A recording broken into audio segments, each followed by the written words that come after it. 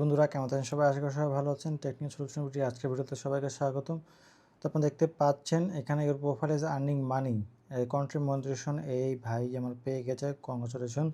তো ইনি পেয়ে গেছেন কন্টেন্ট মনিটাইজেশন, আগে পাননি, কিন্তু এখানে বলছে কালো কথা, এটা সবাই বেশিরভাগ কোশ্চেন করে।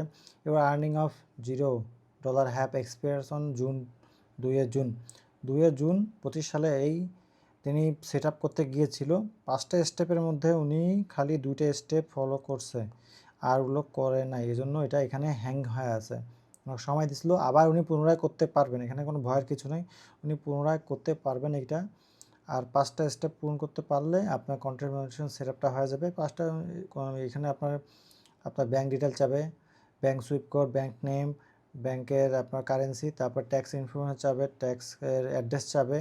তো ব্যাঙ্ক আর ট্যাক্সের অ্যাড্রেসটা আপনার সেম দিয়ে রাখবেন যেন আপনার এনআইডি কার্ডের সাথে ম্যাচিং হয়ে যায়।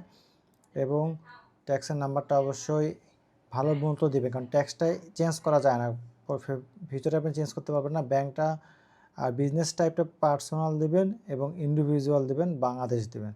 অন্য দেশের কান্ট্রি দিলে কিন্তু চেঞ্জ করা যাবে না। ট্যাক্স আর হলো গিয়ে আপনার বিজনেস টাইপটা পার্সোনাল দেবেন, এই দুটো জিনিস। মানে আপনার ট্যাক্স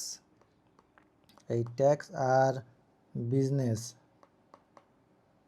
বিজনেসটা আপনি অবশ্যই বুঝে শুনে দেবেন, কোন দেশে থাকেন সেই হিসাবে দেবেন, কারণ ট্যাক্স চেঞ্জ হয় না। আর বিজনেস টাইপটাও যে ইন্ডিভিজুয়াল এবং বাংলাদেশ, সোল প্রপার্টি ছিল কিছু দেবেন না, ইন্ডিভিজুয়াল যেটা থাকবে ওইটাতে যা থাকবে সেটাই দিয়ে দেবেন আপনারা। তো আশা করি বুঝতে পেরেছেন এবং এটা কমপ্লিট করা পসিবল। যদি আপনি এটা ফোন করে না থাকেন, আবার আপনি কমপ্লিট করার সুযোগ রয়েছে, কোনো সমস্যা নাই, আপনি করতে পারবেন। আশা করি আপনি বুঝতে পেরেছেন। ধন্যবাদ।